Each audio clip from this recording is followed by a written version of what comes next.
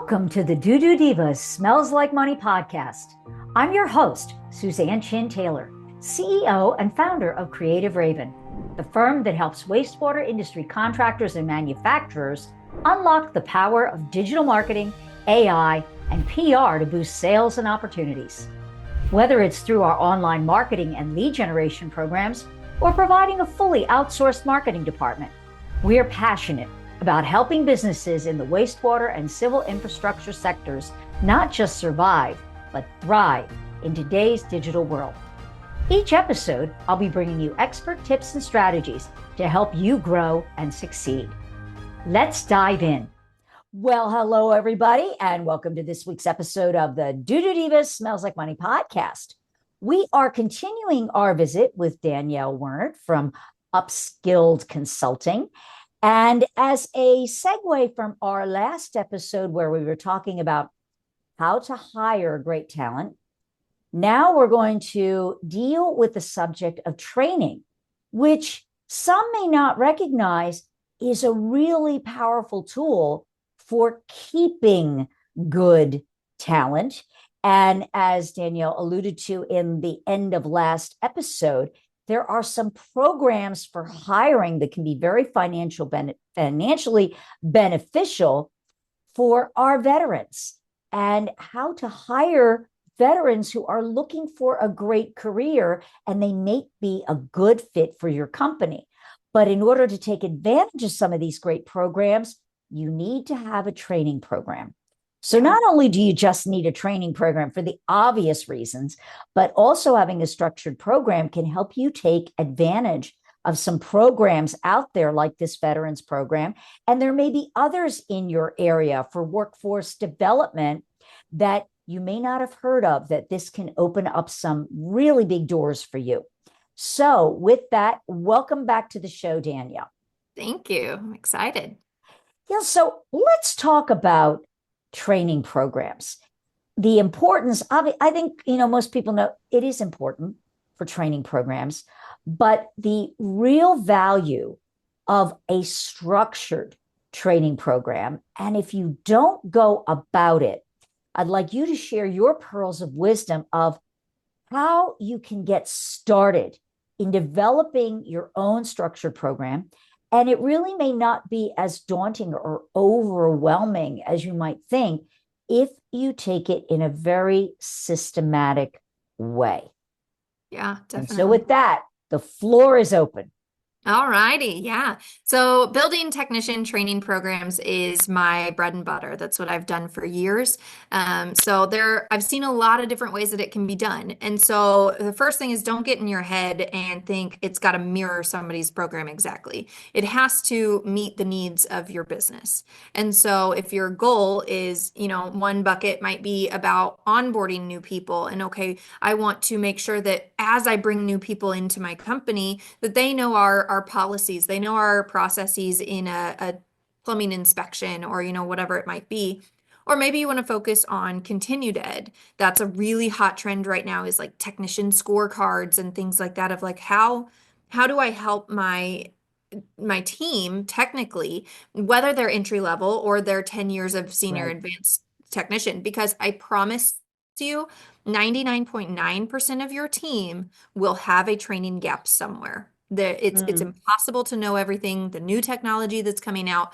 Everyone can use training at different times. And so you really just kind of need to decide which direction is most important for you to start training. And over time, you will probably build on it and then end up going both buckets.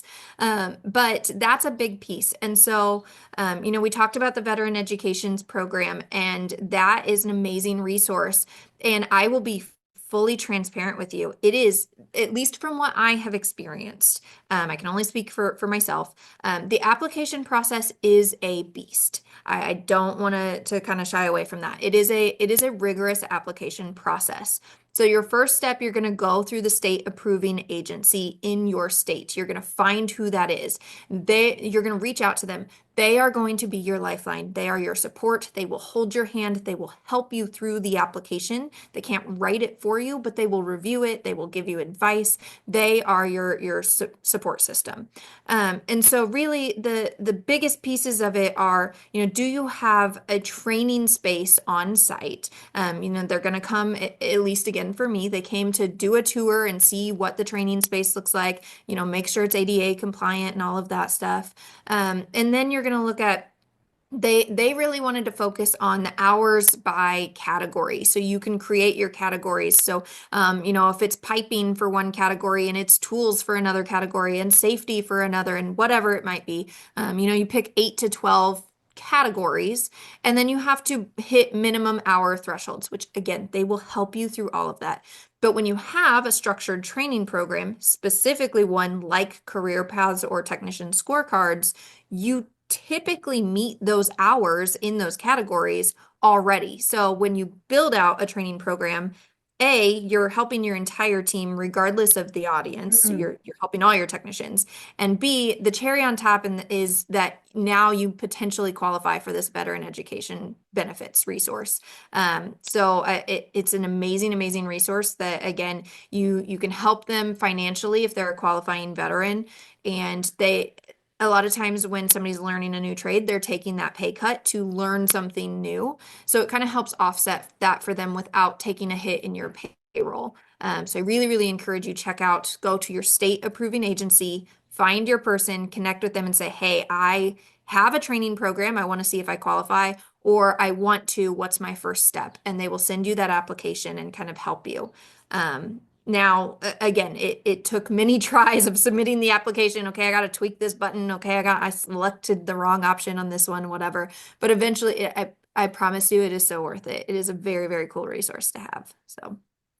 So when we talk about training, like you were saying, onboarding and structuring it, yeah. What are the expectations? Whether you're trying to go for one of these government programs, yeah. But I just even think, even if you're not going to go that route, the benefit and the value of having a structured training program is incredible, because I often hear this too, that one person trains a new hire one way.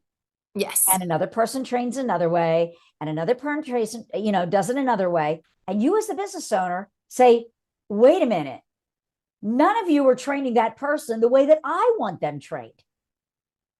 Yeah, yeah, absolutely. So it's creating that continuity and that standardization across the board for everybody in your organization. Yeah, that's a huge one. And so consistency across, again, from one technician to another in the same department, or if you're a company with multiple branches or you cross state lines, how are they doing it in this branch versus how are they doing it in this branch? Yes. Yeah, that's a huge hurdle that so many people face. And so what you're doing when you don't have a structured training plan, you are relying on that person's knowledge level, which have you evaluated their knowledge level because they potentially have gaps that you don't know exist, but B, you're letting that knowledge go with them when that person leaves. So when, not if, everybody is eventually going to leave the company. If it's through retirement, better offer, let go, whatever reason, that knowledge goes with them when you don't have a structured training process. So having things like, we build out a lot of self-assessments and turning digital assessments into like, hey, I want to see what's the bare basic call that my team might run. Okay, now I want you to perform that skill. I'm going to observe you and spit out scores and provide like data and objective numbers. So yeah, when you wing training, you're winging training. It could be a lot better. Right. And especially if you're a company that has decided, I'm going to make a guarantee to my customer to really set myself or my firm apart in the industry. Yeah. So if you're going to be doing something like that, you've got to make sure that there's consistency, across the board. Otherwise, you're going to be eating it when somebody calls you on that guarantee if those Yeah. people aren't trained. And also something that I think a lot of people don't think about when it comes to their training program. It's like you just said, everybody exits and their knowledge goes with them. So let's say, you're 60. You're thinking about, I want to exit the business. I want to sell my business. All Yeah. right. And it's succession planning. Yes. Perhaps I don't have a child or, a family member or a friend that wants to take over this business when I retire that, maybe has been working. Maybe I'm just going to sell it outright to another plumber or another HVAC person or whatever it might be. That business is going to have a lot more value to a new Yeah. owner if you have a structured training plan in place and it's Oh, yeah. got something that can be replicated, because they're going to be facing the same problem that you are with when people get ready to retire as a new owner, that knowledge goes with them. And so again, it's you're capturing all of that intellectual property that Yeah. really is the value of your company. Yeah. Yeah, 1,000%. And that's so succession planning. And even if you aren't leaving and you want, someone, maybe a manager on your team is leaving. And so do you have a technician on your team who's ready to take that spot? That's the Right. question I get asked most often. Well, how do I know when a technician's ready to be a manager? Well, there's a million different things, but with things like a succession planning guide or a succession planning process, you get more objective data. You give yourself time. You're not waiting until there's a fire that you have to put out. You're building it over time. And exactly what you said, having a training program makes your company so much more valuable. Having a write out process, like please, please, please, if you do nothing else after this video, like stop letting technicians just jump in a truck and learn and just observe. Give them support, give them checklists, give the field trainer who they're riding with expectations. Because a lot of times, well, even sometimes, okay, when I get a company that does have an onboarding process or they do have something for the new hire, it's like, okay, great, here's my checklist. But the person they're with has no idea. And they're like, yeah, they just told me you were jumping in my truck. Okay, well, what is your expectations as a mentor now? And Mm, so there's so many things you can build out, and it can be very overwhelming, but you eat an elephant one bite at a time. right. And in just, moving on from that, as far as training, like you were saying, the trainer, what are the expectations of the trainer? Like, have Yeah. you assigned the best person to Yeah. do the training, even though you might have the structured thing, all the check, is that person the best person to train the new hire? Right. Maybe Right. that's just not their thing. They may Yeah. be a great technician themselves, but maybe they don't have those soft skills Yeah. needed to really properly mentor that new person. So also being able as a business owner to select who is the best person to be a trainer, not Yeah. to assume, Yeah. not to assume. Because, it was a really interesting little statistics that I heard that almost 80% of newly promoted supervisors or mid-level managers who were technicians to that level either fail or Hmm. leave that job within 18 months. I believe it 1,000%. I believe it. And what is one of the main criteria? We do not arm them with the training to Yes. do that managerial job. So part of that, I'm just throwing this out there, Danielle, is that part of, I think, your training program has to go beyond the skill sets, the technical, that Yes. the training, it may not be in your training manual, but having resources like Hmm. someone like your company or another mid-level management training firm, that you need to be able to train soft skills. Yeah. And if you don't know how to do that, hire someone to come in and help train and arm. I don't want to say arm, but equip Yeah. equip those newly promoted managers with those soft skills so that they can be the best version of themselves in that new role, so that they don't feel lost. They don't feel like they've been thrown to the wolves, or they can't meet the expectations that you had of them Yeah. because they just didn't know what it was that you wanted from them. Yeah. Yeah. You They hit could be a everything great exactly. technician. They could be a great technician, but they Hmm. may not be a great supervisor. Yeah. Yeah, you hit everything exactly right. And I hear all the time it's like, oh yeah. And a lot of people listening are probably like, yeah, I've definitely promoted somebody and they were not a good manager or they were not ready to be manager. And so one of the things that like I am most proud of is, I built out this new manager workbook. And so it's like 125 pages and you're like, well, what could they possibly need to know in 125 pages? But it kind of stemmed from this process of I work with a lot of companies and they utilize shadowing as the training. And so again, I similar to jumping in the truck and giving that mentor that resource, from a new manager standpoint, if you're having that new manager shadow payroll or shadow accounting or dispatch or whatever it is, that is a good intention, but what I like to do is I like to give them the questions to ask. Like, what are questions that are directly going to impact Right. their responsibilities day to day? Like, okay, well, what is the bereavement policy in case my team asks me next month? What is the employee discount policy in case I want to go buy something or my team wants to go buy something? And so when you define those questions for them, you help minimize that margin of, well, I didn't know. I didn't know I was supposed to ask Mhm. that. I didn't know anything about it.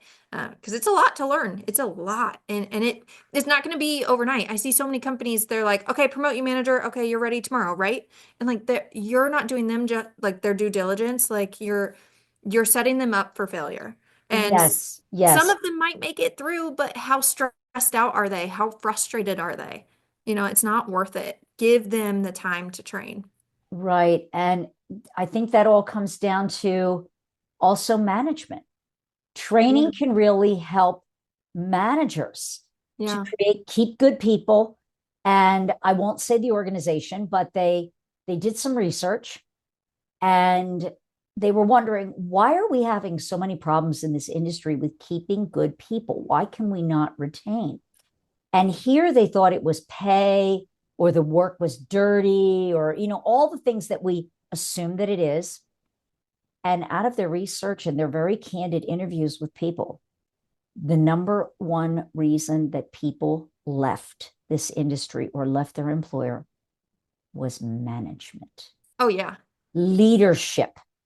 Yeah. It was, and this is not to say that we're bad people or you're bad people, but I think, many folks in the industry or in the trades, they're an owner now, but they Hmm. started out as a technician.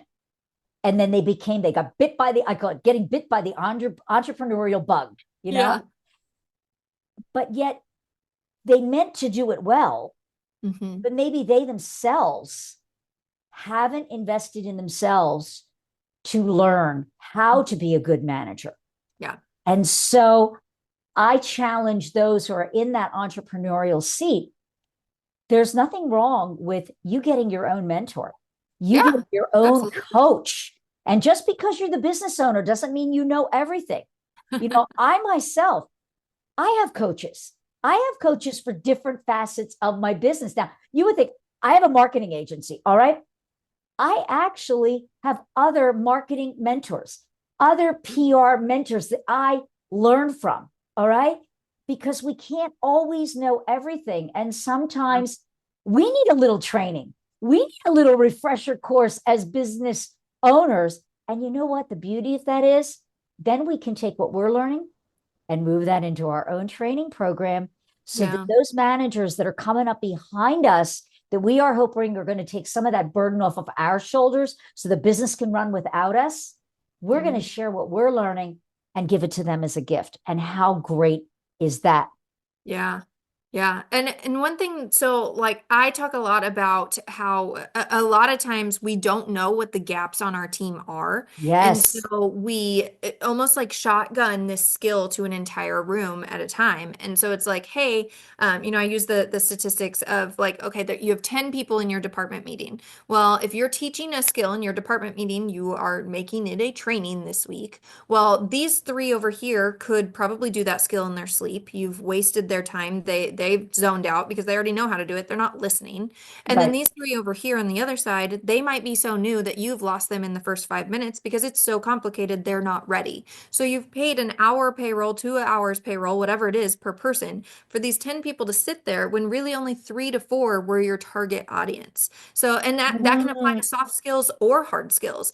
Who is your audience? And stop just kind of blanket training, because it's not sticking as effectively as it could be if you funnel and identify who needs to be there. oh, what a fantastic observation, because that's something I think you're right, that a lot of organizations don't think about that. Like, let's just have a group training and Yeah. bring everybody into the room. And you're right, half people are, they're off on their cell phones, Yep. watching YouTube or playing Candy Crush, because it's just, oh God, tell me something I don't know. You're Right. absolutely right. That's a great example. And it's a better use of your resources and your time for your training. Yeah. Is to have those multiple levels of training to meet people where they are. Yes. Yeah. You don't have a team of 10 people all at the same pace. So why are we treating them like they're at the same pace? Oh, yes. So, Excellent. Well, I want to thank you, Danielle. Great words of wisdom, lots to think about here. And for those of you who are thinking to yourself, wow, I really need to do this, or maybe I have a training program, but I think I could make it a little bit better, and you might need some help. How yeah. can they get in touch with you to help them make their training programs better? Definitely. That is my favorite thing to do. So yes, if that's you, please reach out. I'd love to talk. So my website is upskilledconsulting.com. And then I'm really active on LinkedIn. So if you find me, Danielle Wernert, and you send me a message, I will respond very quickly, and just kind of share, connect. I share training tips every Friday, and just really kind of make it a safe learning space for other people that are responsible for training. So. Well, thank you so much. I have so enjoyed our, last two conversations. Hope you have as well, audience, in tuning in. And I want to thank you for sharing your time with us this week. And until next time, keep it flowing. Thanks for tuning in to today's episode. If you're ready to take your marketing to the next level and start increasing sales and opportunities for your business, reach out to us at Creative Raven. We're here to help you thrive in the digital landscape. Visit creativeraven.com or click the link in the show notes below to schedule a call and learn how we can support your growth. If you enjoyed the insights on today's episode, be sure to hit subscribe so you'll never miss an update. Until next time, keep growing and keep it flowing.